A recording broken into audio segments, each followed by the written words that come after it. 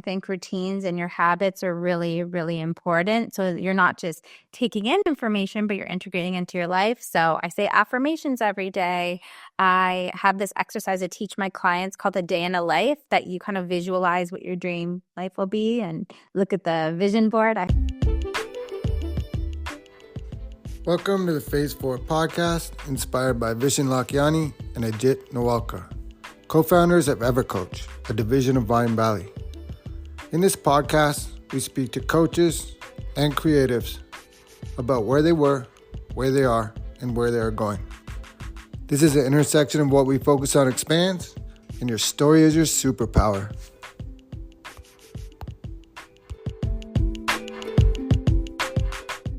My guest today is Cassandra Rosa. She is an intuitive life and business coach, an energy healer, Reiki master, award-winning author, and a podcast host. And today we're going to talk about that and more. And Cassandra, welcome to the podcast. Thank you for having me. I'm excited to chat more with you today. Yeah, me too. I always just like to begin with, tell us a little bit more about yourself and how did you end up in this space? Yeah, so from a very young age, I knew I wanted to make a difference in the world. I just didn't know what that meant. I thought maybe I'd be a psychologist or a teacher. And I ended up going to school for psychology. And halfway through my degree, I had my big now what moment. What am I going to do with my life? I feel like there's something more for me. So I ended up volunteering in Namibia, Africa, an after-school program with kids after I graduated, and it completely changed my life. I fell in love with mentorship, but I had no idea this industry even existed. So as I came home, lost millennial, in a now what moment, I ended up getting an insurance because my family has an insurance business. Had a very brief stint in it because I was just daydreaming as I was cold calling about helping people. But if I had a thought bubble, like in the cartoons, it'd be all question marks. I didn't know what that could even mean to help people. So accidentally or not so accidentally, I went to a networking event and met my first business partner. And we ended up starting a company. We were both 20 years old doing vision board workshops in schools and community centers with kids. And it was so much fun. It was so fulfilling. We did that for a few years. Then we ended up pivoting and going in our own separate directions, stayed the best of friends. And I ended up doing what I do now. So like life and business coaching all online. From the time I hit the ground running, it was like 6 months and I was a full-time entrepreneur traveling the world with my laptop and helping people. So I've been in the industry for almost a decade now, and it's just the best. I love it so much. Yeah, that's awesome. I think that Africa, that's a life-changing experience. And maybe can you tell a little bit more about that? Yeah, so it was in Namibia, Africa. I had done a study exchange in university in Europe. And when I got back, I had the travel bug and I went back to the exchange department and I was like, okay, give me more. I want to do more. And they're like, well, we're a bunch of teachers are going to Africa in a couple of months. You want to go? And I'm like, yeah, let's do it. So during the week, we worked on an after-school program with kids. All the teachers work with the youngins. I worked with the teenagers, mentoring them, taking them under my wing. And the weekends we explored. And it was so amazing. Just it changed my whole outlook on life. Like when I came back, I was a completely different person. Yeah, that would definitely something like that would do that. It makes us, I don't know, anytime I go away, like it makes me feel fortunate to come home and where we live. Mm-hmm. And then, so you did psychology. Mm-hmm. You said now what moment? And so I'm sure that lots of millennials are having that, especially like since pandemic too. It's like, now what? Now what? And it's probably like a Groundhog Day thing where it keeps coming back. Oh, we thought we got it. And then 2 years later, then interest rates and no jobs. And then now AI is coming in and now what? Now what? Now what? So I know that's the name of your book, but maybe can we talk about all of that? Yeah. So now what moments are these moments of transition where we're kind of closing up a chapter in our lives and having curiosity about what the next one could be. So it's like quarter life crisis, midlife crisis, changing careers, starting a business, doing something you've never done before. These can be our now what moments, breakups. Like we go through so many in our lives. And I think that that's something that all of us can relate to, right, through the course of our lives. So in my book, I kind of shared about a lot of my now what moments and how I moved through it, really focusing on being grateful for change and transition, which can be the biggest obstacles that a lot of us face in these moments, and helping people find clarity and get moving and start, stepping into the next chapter. Yeah. So gratitude is huge, right? Gratitude is an ultimate game changer. And I I used to be at a place where I didn't get that. I was like, no, that's anyway. When I go to think about it now, like just cultivating gratitude, your psychology. So I'm sure you know Martin Seligman, and it's the three things before bedtime every night. And just the gratitude in itself can change everything. The exact same situation that you're facing. But for someone maybe who doesn't hear that or Yeah. is just stuck in their ways, how do you start even to cultivate gratitude? Well, but first, kind of answering that question, I want to say having gratitude for the things that we have can, be the easiest part. I think having gratitude for the hard stuff, that's where the real internal work happens. So for people that have never done gratitude before, grab a notebook, a journal, and every day incorporate it into your routine after something that's very embedded into your routine. Write down, start with even 3 things you're grateful for the day. So it can be that you have a warm home when it's cold outside, like it's been here in Canada lately. Being grateful for your family, being grateful for your friends, whatever, right? So just getting into the habit of writing that down, and then just having little gratitude bombs throughout the day of sitting in gratitude for the moments, because gratitude allows you to be present. Gratitude is an instant expander. So when you're going through difficult times, it opens your mind to a different perspective and sense of awareness. So yeah, it may seem simple and cheesy and everyone talks about it, but there's lots of big benefits to it. I love it. So yeah, even in the moment that like while you're experiencing whatever the thing is, just be grateful for that moment. And yeah, it's definitely harder sometimes than other times. Yeah. I think I love the idea of psychologists and a coach Mhm. because we can go dig back real quick. We don't have to spend 2 years looking back because you can get there and then you can come forward and help create the new plan. And so, Yeah. what is intuitive coach? What does that mean? Yeah. Yeah, well, I want to say psychology ended up finishing my degree, but the reason I didn't go that way is like it's 12 years of schooling, and half the people that take their final exam pass it and half of them fail. And I'm like, I don't want to be in school this long. So it's funny how it complements itself. And I actually have clients that are therapists and psychologists, and they're wanting to become a coach as well to have it on their terms. That's such a funny thing. Um, but yeah, the intuitive side. So I did a lot of personal, like spiritual, intuitive work on myself, learning a lot about harnessing my intuition, my intuitive gifts that I have, which everybody has. It's just whether you access them or not. Was studying like meditation and angels and cards and all these beautiful things.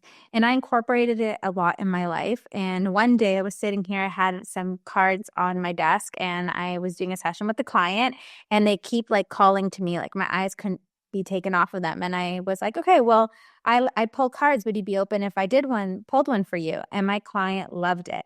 And I started to realize, okay, it'd be really cool, really authentic and fun just to play with this and add more of these gifts that I have into my business. So it was interesting how that really helped me go full time. Just like fully embracing my authenticity and bringing that forward really helped me to grow my business. There was something funny that happened when I put that on my bio, and all of a sudden, business took off. So I think there's something to be said of embracing all parts of yourself when you're creating a business and allowing that to, you know, be a part of how you show up online and seeing how the results come by doing that. Right. So your energy work attracted the right energy towards you. That's right. Yeah. When you say cards, are you talking like tarot? I do like a lot of angel cards, oracle cards. I do meditations. I do Reiki, energy healing, light and color therapy in my sessions. So I love to make it holistic. So everything that I do, I like to focus on, yes, the fundamentals, the planning, the masculine energy, as people call it, but also the intuitive side with really allowing people to get these little moments of clarity by seeing the oracle cards and doing meditation and energy healing in all of my work. And I feel like that's something that my clients love and sets me apart from some other coaches, which is fun. That's awesome. Yeah, I say gratitude is a one, meditation too, but if you could include gratitude in your meditation, Mhm. that's the catalyst. I Yeah. wonder if intuition, right? I think I don't know what if people believe or not, but I have a feeling that people think that, oh, that's not for me. I can't do that. But I don't agree. You can develop everyone you said is intuitive, but and we can develop it. So how would somebody develop their own intuition? Well, I think it's awareness of, the intuitive word. It can be a little bit woo woo, but acknowledging that any of those gut instincts that you have or that inner knowing, that's your intuition. So, like going to a party and you walk in and you're like, oh, it feels so good to be here. Like that's you're sensing energy in the room. That's an intuitive hit. Or if you're walking down a dark alley somewhere and you're getting the creeps and you're like, oh, I need to get out of here. That's your intuition, right? So sometimes like I think it's even the word and the way that we frame it is huge, but intuition is really a big part of decision making as well. So I think a simple and easy way to incorporate it is in the morning, should I have a cup of coffee or should I make a latte, right? Like, which one do I feel pulled to choose? So it's even that like that little pull in the decision making process can be a way to access your intuition to kind of get your feet wet and then you can explore all the other avenues that you feel curious about later on. Yeah, I have when I think of intuition, I'm always give the example like if you're driving down a road and something tells you to turn left instead of turn right, go that way, right? So this happened to me like, I don't know, last fall. And I always take my kids home one way from school. And this day I'm like, let's go this way. And then all of a sudden we see all these deer in the middle of the road. I was like, whoa. Wow. Yes. Yeah, it's like I don't know if they're always there, but like the intuition told me to go that way, and then I'm like, I connect. Oh, that must be the reason why. But I just I like to highlight that because I think it is something we can develop, and I'm not sure if people realize that or if they think they're just everyone has a different level. Some people don't have it. Yeah. Understanding that tie of, in decision making and that gut instinct that people talk about, that's your intuition speaking to you. And so, as far as personal development, personal growth, you have a lot of experience, certifications, whatever we want to call it, learning. Mhm. And so you can touch on some of them, but I'm sure there's more. So like Reiki's one, but like what were some of the other ones?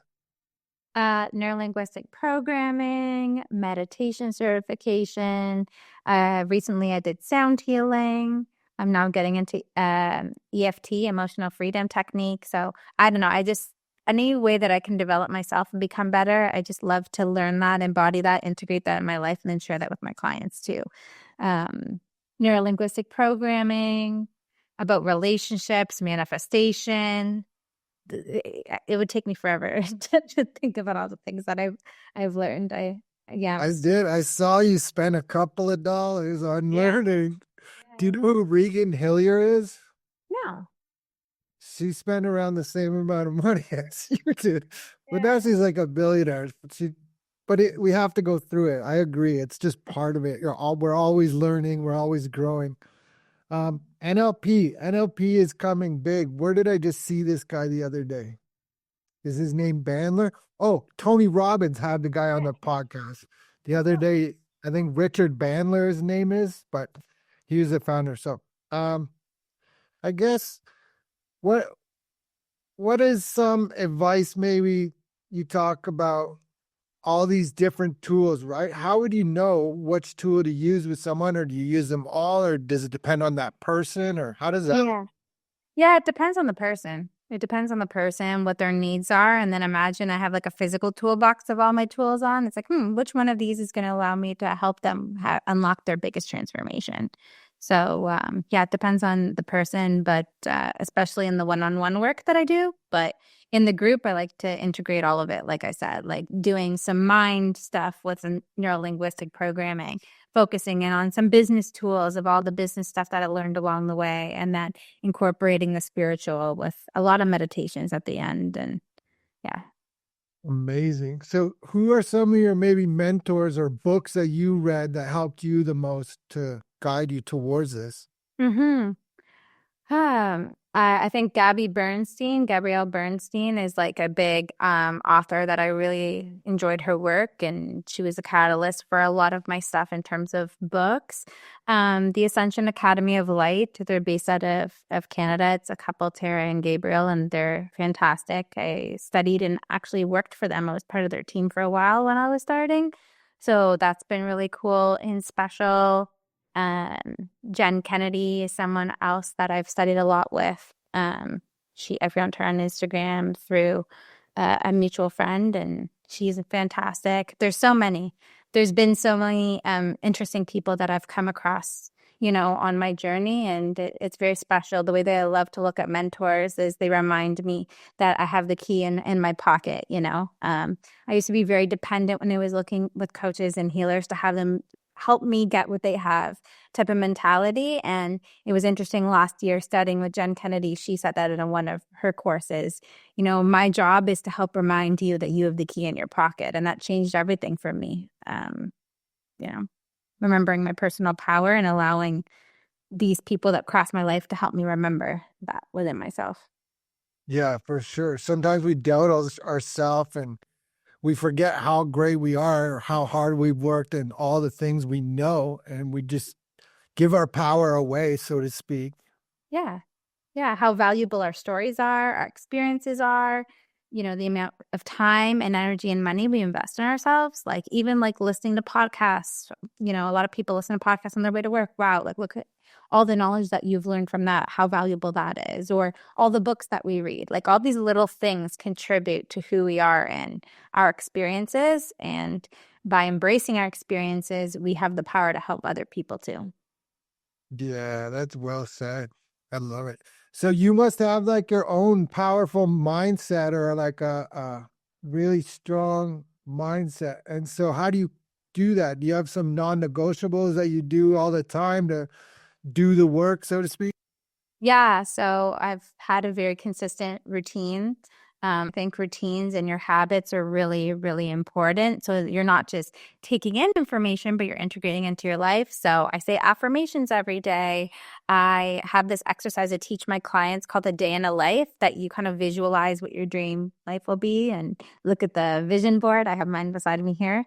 Gratitude. I write gratitude every single day, and meditation and journaling for sure. So like I have a vent journal to process everything. And then I have a journal in which I do my meditations and kind of bring forth what I'm meant to bring forth on social media or my videos. So yeah. I love it. So there's an important point there, to vent in your journal. Don't just write all the things you want, because the body keeps the score. So if you don't, it's going to come out another way. But it's funny when we do that, because I do that in my journal too. And there's two ways. Sometimes it's like nice, you just get it off your chest, Yeah. but then sometimes you're like, oh, that wasn't even as big a deal as I thought it was. It sounds kind of silly now.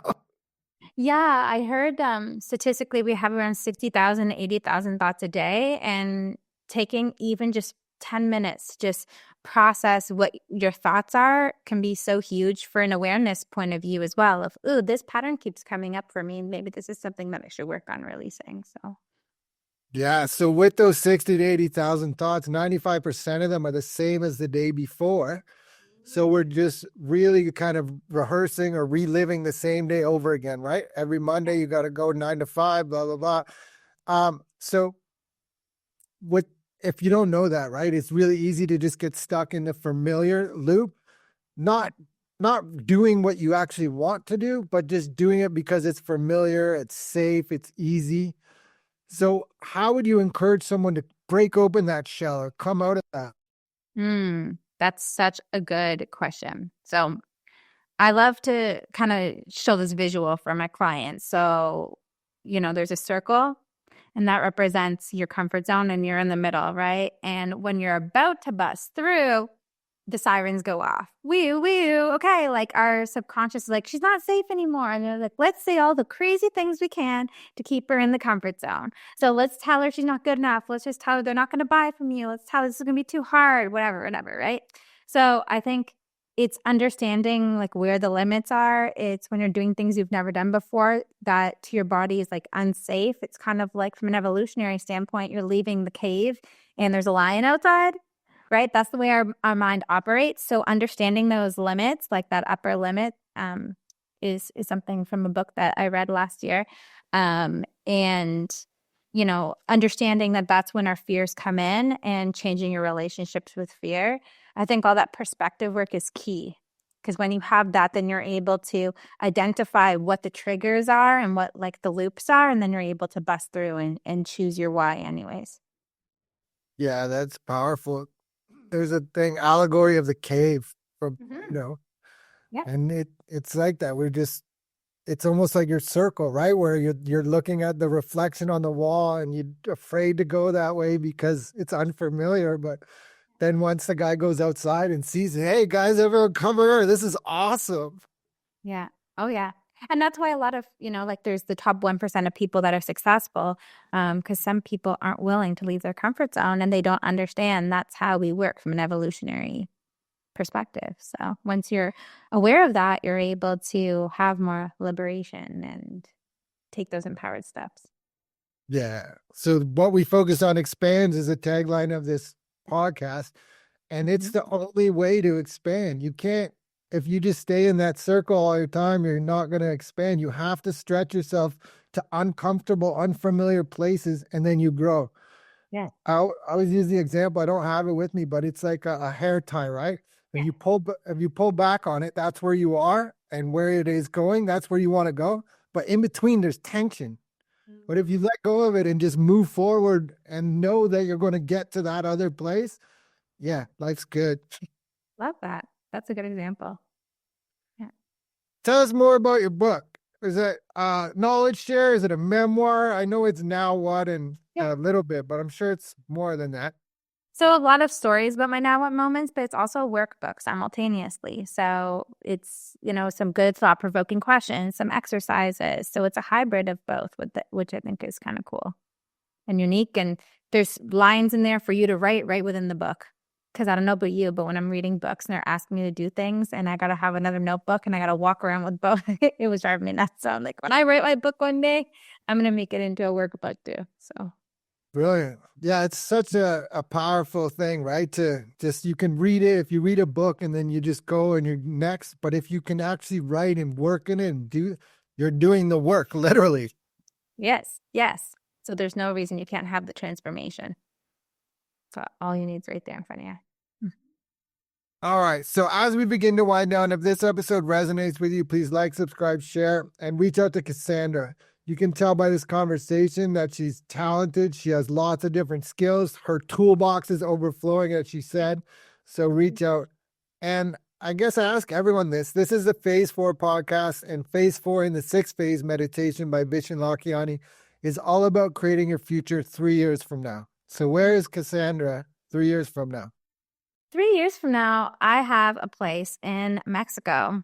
That's something that I really want. And I have a place on the beach. And I'm waking up every day with so much gratitude, focusing in on my health. And I'm working on my business. And I have a team that supports me. And I'm just filled with so much fulfillment, knowing that I'm impacting people with my programs, with my content, and really enjoying the process of creating a family and traveling the world. So, yeah. That's awesome. I love that. I see you go there and Thank you. feel it. So, um, what was I gonna say? Oh my gosh. Oh, okay. Sorry. So earlier you said you do one-on-one and you do groups. So maybe for the groups, is there like a certain dynamic, a certain type of person, or what does your group coaching look like? Yeah, I have a couple different offerings. So one of them is the Ignite Incubator. So it's really helping people ignite their next level of impact and success. So they come in, they bring some sort of intention, and we focus on like a lot of the business fundamentals, but to an intuitive spin in the process.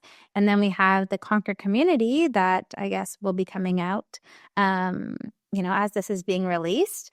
And it's really helping people conquer their fears. It's actually an extension of my Instagram live series, which is I have people come on as yourself. We can talk about collaborating after this. And they pull back the curtain of the spiritual entrepreneurship journey, talk about their fears, the obstacles that they've conquered, and really get into the stories because on social media, it's a highlight reel, right? We see all the wins, but I wanted to create a little corner of the internet in my platform to have people really go deep about their stories so people don't feel alone as entrepreneurs because it devastates me that so many people don't stand the test of time with their businesses. So, Yeah, it's sad. Coaching's a tough one. It's so saturated that, yeah, I see yeah. people give up. Like, and there's a book, Think and Grow Rich, and there's a story in there called it's not called, but it's 3 feet short of gold, where the guy's digging for gold and then he gives up. And then someone else comes in, gets an engineer to look and finds the gold 3 feet from where he gave up. And it's like, oh, so much gold. And I feel like that when you're saying about people giving up on their dreams or quitting, like they could be this close. You have no idea. It could be an hour from now. Yeah, I have another example of that. So I'm actually hosting a workshop next week as we're recording this. So it would be out live now. And it's called Metamorphosis. And it's talking about the metamorphosis cycle of a butterfly and how that mirrors to business. So we start out with an egg, with an idea, and then we're scared to start our businesses. And finally, we bust through and become a caterpillar. We start taking the action. And then we get scared. Like all the fears come up because we're out of that comfort zone. So what happens? We go into the cocoon. But what happens is people don't want to be in the cocoon. They don't want to face their fears. They don't want to be in this uncomfortability, this darkness of what being in a cocoon would be like. So a lot of people give up. So in the workshop, we talked about at this point of time breaking through and really having your butterfly moment. So I think it mirrors that story perfectly that you just shared of, it's a part of the journey. Like it's a part of the cycle of being an entrepreneur is doing that internal work, shifting yourself, becoming the person that you need to be able to have what it is that you're creating. So I love it. thank That's a you. great metaphor, pun intended. Yeah. When I think of the butterfly, I used to say that when I first started coaching, that was my thing. I was like, the butterfly story, right? And then I was like, no, I think I like the unicorn one better because a unicorn is like, it's not real. So it's like there's an energetic and like an energy world component to it. So Yeah. I like both. I'll be a unicorn. Well, Now, is there a common block or a common thing that you see the most, like come to you more than others? how am I going to bring this business and this idea and this vision to life?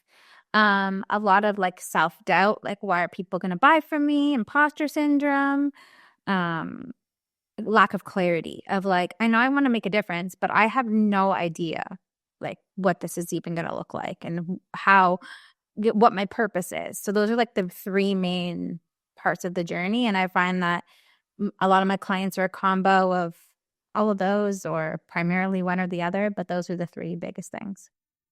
That's crazy. So all I'm writing them down as you speak. They're all ego. All of them are ego, right?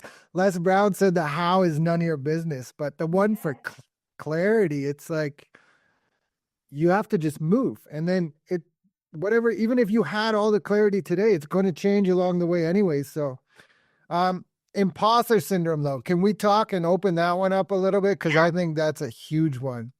Yes. So I'll share a little story. So me and my business partner went our separate ways, I didn't feel as confident of doing things on my own. And imposter syndrome really stopped me. I was like, why wouldn't they work with Tony Robbins or the late Bob Proctor or Les Brown or all these people? Why are they going to work with little old me? So that kind of kept me stuck for a while. And then I went to a seminar and we were in the group and we had to do this martial arts routine. And I never did martial arts before. And anytime one of us messed up, we had to continue until it was all perfect. So I was picking it up. I was doing okay. And from my peripheral vision, I saw my friend and she studied martial arts for years. So she was killing it. She got it like the first try. So I was like mirroring her and, modeling her. And then there was this girl beside me and she was the reason, not to point fingers, but the reality was she was not getting it. So I ended up like tapping her on the shoulder once I felt a little bit more confident in my ability. And I was like, okay, just model me. Like I got it. So in a few times, she was able to master the routine and we were all done. And it blew my mind because it made me realize I don't need to be someone with 12 years of experience like the Tony Robbins, like my friend with the martial arts to be able to help people. I just need to be a few steps ahead. So once I understood that about myself, it just blew my mind and I came back like ready to go with no procrastination and just going for it. So I think that's important for people along their journey too is, you know, what I say in my business is like looking at the prior version of yourself. So like somewhere that you once were, you didn't know what you know now. And now you know so much that could help that person. So when you're looking for people to work with, you're working with look for that prior version of yourself because then you can help them and you can be confident that you transformed since then. So it instantly gives you confidence. That's good. I love it. So that girl sitting beside you, you actually gave her some EFT without tapping. You tapped her on the shoulder, but you gave her some emotional freedom by sharing that. Yeah. I think it's it's so true. Like when I first started coaching, there was a thing that was saying, your ideal client is who you were 4 years ago, 3 years ago, because for that exact reason, where you're just a little bit ahead. Like, so all these problems you're about to run into, I just went through them all. I spent the money on coaching. I've learned all the things, so I can help you. So I Yeah. love that. Thank you. And so energy work fascinates me for so many reasons, the least of which is that my own experience. I didn't believe it. And let me tell you a story now. So I went to this thing. The guy's name is Jeffrey Allen. He does Reiki. And we're in this like conference, same like you're talking about. And he's like, is anybody here skeptical? And I was like, yeah. I look around the room of 200 people and there was only one other person who had their hand up. And he goes to me, well, can you at least just have an open mind? I'm like, yeah, of course. And so he goes, after he's doing it, he did this exercise where you have to send some thought energy to somebody, a boss asking for a raise, a loved one asking for forgiveness, whatever you want, right? Person had to be alive. That was the only rule. So we're at that conference, and the first speaker on the stage that weekend kind of answered all my questions. It was in LA, and I had all these questions on the way there and intentions and what do I want to get. Even the book I read, this person spoke about that book in their 20-minute talk and he answered all my questions. So I wanted to thank him, right?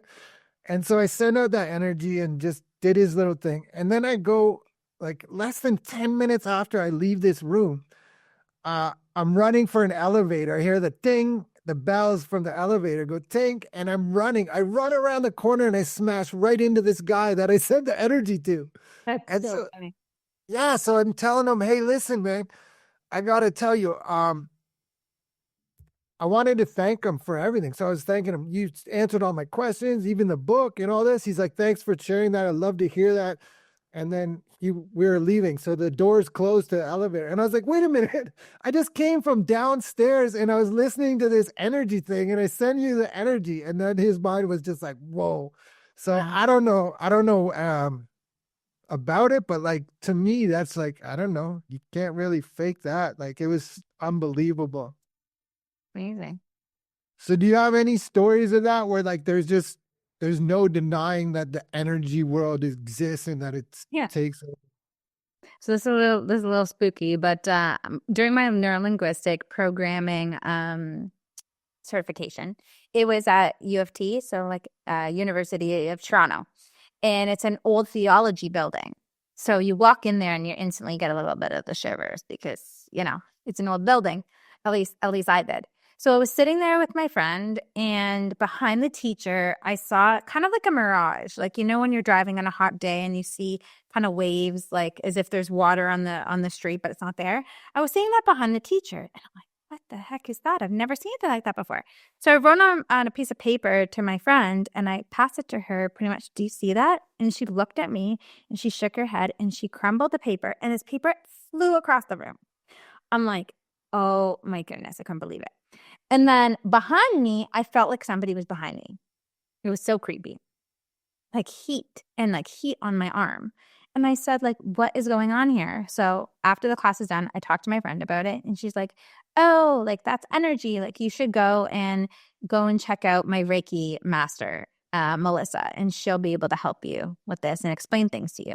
So it's so funny that like creepy experience opened me up to Reiki and meeting my Reiki master. And since then, I took a lot of sessions with her. I was denying ever being able to facilitate it. I'm like, no, it's not for me. It's not for me. And then one day it just kind of clicked and I ended up exploring it and going deep with Reiki and energy work. Wow. Thank you. I appreciate that. That was, yeah, there's something so cool about it. And then this guy, so I went back downstairs afterwards. I guess I forgot something. And I went into that same room and there was no one there.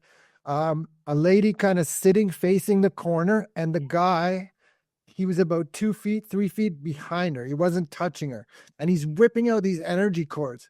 And so her eyes are closed. She's facing the wall and she's just like, there's like, it's, to me, it's just mind boggling. That was like my first experience too. So maybe it was just like even more powerful, but yeah. Have you ever done spinal energetics? Like went for a spinal energetic session? No, but I have a spinal schwannoma tumor named Mikey. Wow. Wow. What Yep. is it? It's energy work, but it's focused on your nervous system. It's really powerful. So like vagus nerve and just Like all your nervous system, like doing energy work focused on like your nervous system and your meridians. okay.